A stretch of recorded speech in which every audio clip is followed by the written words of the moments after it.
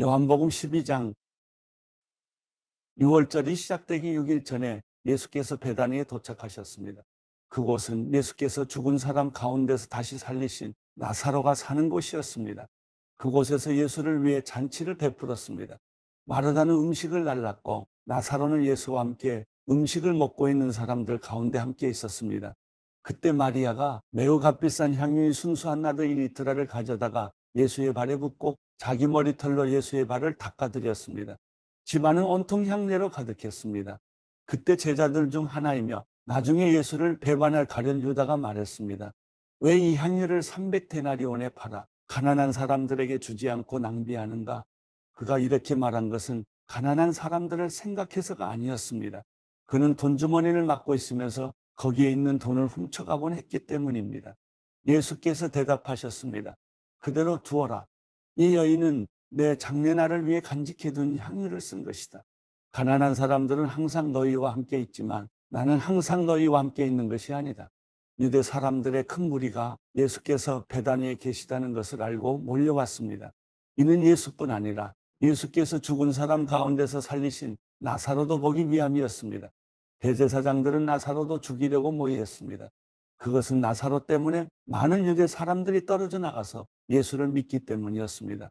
다음 날 명절을 맞아 올라온 많은 사람들이 예수께서 예루살렘으로 오신다는 말을 듣고 종려나무 가지를 꺾어 들고 예수를 맞으러 나가 호산나 주의 이름으로 오시는 분에게 복이 있도다.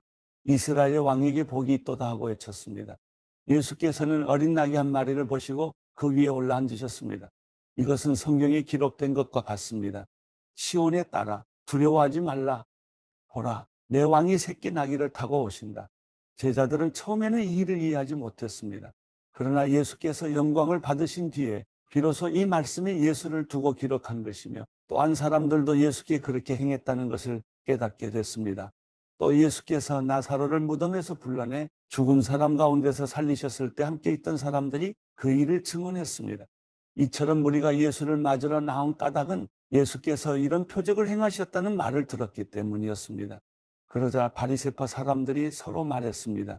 보시오, 온 세상이 예수를 따르고 있으니 이제 할 수 있는 것이 없지 않소. 명절에 예배드리기 위해 올라온 사람들 중에 그리스 사람들도 있었습니다. 그들은 갈릴리 베세다 출신인 빌립에게 와서 간청했습니다.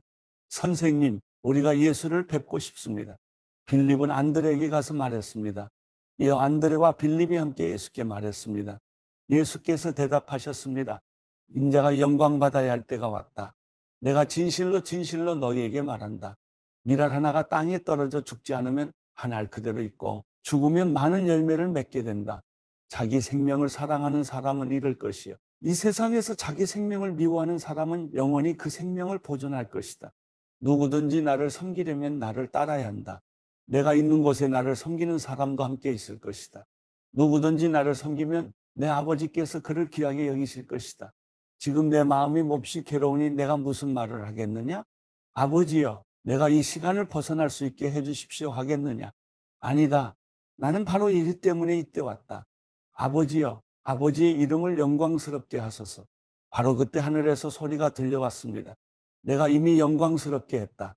다시 영광스럽게 할 것이다. 곁에 서서 그 소리를 들은 사람들은 천둥이 쳤다고 말했습니다. 다른 사람들은 천사가 예수께 말했다라고도 했습니다. 예수께서 말씀하셨습니다.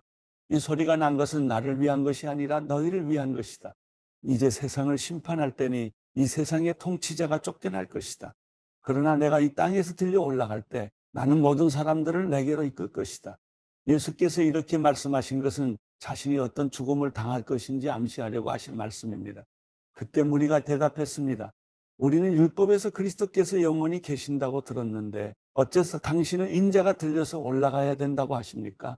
이 인자란 누구입니까? 그러자 예수께서 그들에게 말씀하셨습니다. 아직 얼마 동안은 빛이 너희 가운데 있을 것이다.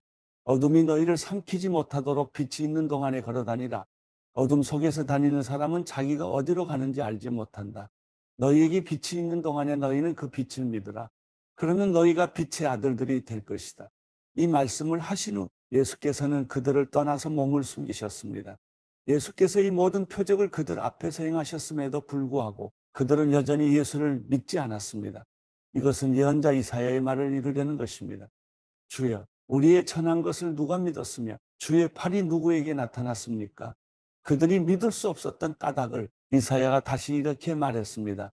주께서 그들의 눈을 멀게 하셨고 그들의 마음을 무디게 하셨으니 이는 그들이 눈이 있어도 보지 못하게 하고 마음으로 깨달아 돌이키지 못하게 해 내게 고침을 받지 못하게 하기 위함이다. 이사야가 이렇게 말한 것은 그가 예수의 영광을 보았기 때문입니다. 그래서 예수를 가리켜 이런 예언을 했습니다. 지도자들 중에서도 예수를 믿는 사람들이 많았으나 바리새파 사람들 때문에 자기 믿음을 고백하지 못했습니다. 회당에서 쫓겨날까 봐 두려웠기 때문입니다. 그들은 하나님의 영광보다 사람의 영광을 더 사랑했던 것입니다. 예수께서 큰 소리로 말씀하셨습니다. 나를 믿는 사람은 나를 믿는 것이 아니라 나를 보내신 분을 믿는 것이요. 나를 보는 사람은 곧 나를 보내신 분을 보는 것이다.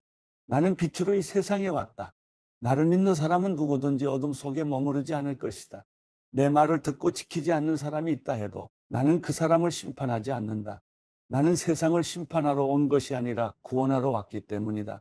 나를 거절하고 내 말을 받아들이지 않는 사람을 심판하시는 분이 따로 계시다. 내가 말한 바로 이 말이 마지막 날에 그를 심판할 것이다. 나는 내 뜻대로 말하지 않았다. 오직 나를 보내신 아버지께서 무엇을 말해야 하고 무엇을 이야기해야 할지 내게 명령해 주셨다. 나는 그가 주신 명령이 영생이라는 것을 안다. 그러므로 나는 무엇이든지 아버지께서 내게 말씀해 주신 대로 말한다.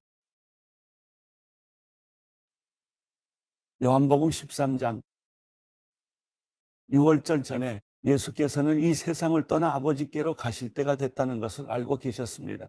예수께서는 세상에 있는 자기의 사람들을 사랑하시되 끝까지 사랑하셨습니다. 저녁 식사를 하는 동안 마귀는 이미 시몬의 아들 가룟 유다의 마음속에 예수를 배반할 생각을 넣었습니다. 예수께서는 아버지께서 모든 것을 자기 손에 주셨으며 자신이 하나님께로부터 왔다가 하나님께로 돌아갈 것을 아시고는 식탁에서 일어나 겉옷을 벗고 허리에 수건을 두르셨습니다. 그러고 나서 대야에 물을 담아다가 제자들의 발을 씻기시고 허리에 두른 수건으로 닦아주셨습니다. 예수께서 시몬 베드로에게 다가가셨습니다. 그러자 베드로는 주여, 제 발도 씻겨주려 하십니까? 하고 말했습니다. 예수께서 대답하셨습니다. 너는 내가 하는 일을 이해하지 못하는구나. 그러나 나중에는 알게 될 것이다. 베드로가 말했습니다. 제 발은 절대로 씻기지 못하십니다. 예수께서 베드로에게 대답하셨습니다. 내가 너를 씻겨주지 않으면 너는 나와 아무 상관이 없다. 시몬 베드로가 예수께 대답했습니다. 그렇다면 주여, 제 발뿐 아니라 손과 머리도 씻겨주십시오. 예수께서 베드로에게 말씀하셨습니다. 이미 목욕한 사람은 온몸이 깨끗하기 때문에 발밖에는 씻을 필요가 없다. 너희는 깨끗하지만 너희 모두가 다 깨끗한 것은 아니다. 예수께서는 누가 자신을 배반할지 알고 계셨기 때문에 너희 모두가 다 깨끗한 것은 아니다라고 말씀하신 것입니다. 예수께서 제자들의 발을 모두 씻겨주신 후 다시 겉옷을 걸치시고 자리에 돌아와 그들에게 말씀하셨습니다. 내가 너희에게 한 일을 알겠느냐? 너희가 나를 선생님 또는 주라고 부르는데 그것은 옳은 말이다. 내가 바로 그런 사람이다. 주이며 선생님인 내가 너희 발을 씻겨주었으니 너희도 서로 남의 발을 씻겨주어야 한다. 내가 너희에게 행한 대로 너희도 행하게 하기 위해 내가 본을 보여주었다. 내가 진실로 진실로 너희에게 말한다.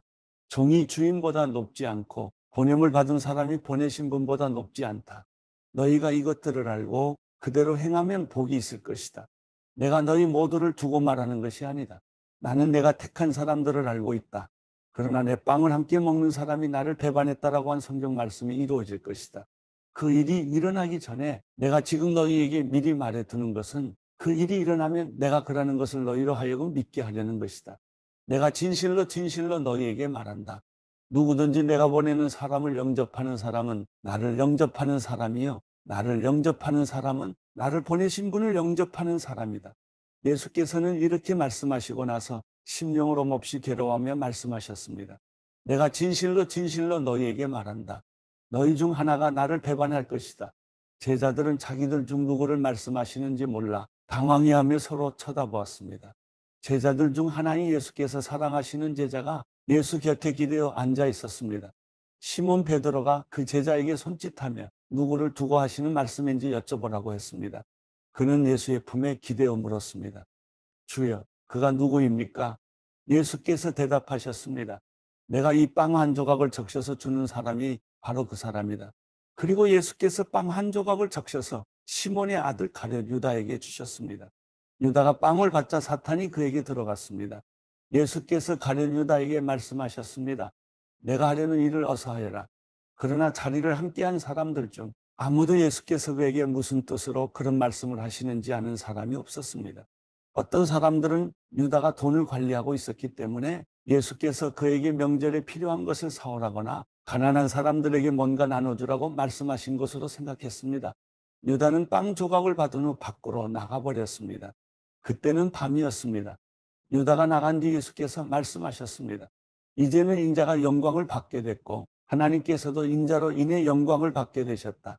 하나님께서 인자로 인해 영광을 받으시면 하나님께서도 몸소 인자를 영광되게 하실 것이다. 이제 곧 그렇게 하실 것이다. 자녀들아, 이제 잠시 동안은 내가 너희와 함께 있을 것이다. 그러나 너희가 나를 찾을 것이다. 내가 전에 유대 사람들에게 말한 대로 너희에게도 말하는데 내가 가는 곳에 너희는 올 수 없다. 내가 너희에게 새 계명을 준다. 서로 사랑하라. 내가 너희를 사랑한 것 같이 너희도 서로 사랑하라. 너희가 서로 사랑하면 이로써 모든 사람들이 너희가 내 제자임을 알게 될 것이다. 시몬 베드로가 예수께 물었습니다. 주여, 어디로 가십니까? 예수께서 대답하셨습니다. 내가 가는 곳으로 내가 지금은 올 수 없지만 나중에는 오게 될 것이다. 베드로가 물었습니다. 주여, 어째서 제가 지금은 주님을 따라갈 수 없습니까? 주를 위해서라면 제 목숨도 바치겠습니다. 그러자 예수께서 대답하셨습니다. 내가 정말 나를 위해 내 목숨이라도 바치겠느냐? 내가 진실로 진실로 내게 말한다. 달기 울기 전에 내가 나를 3번 부인할 것이다.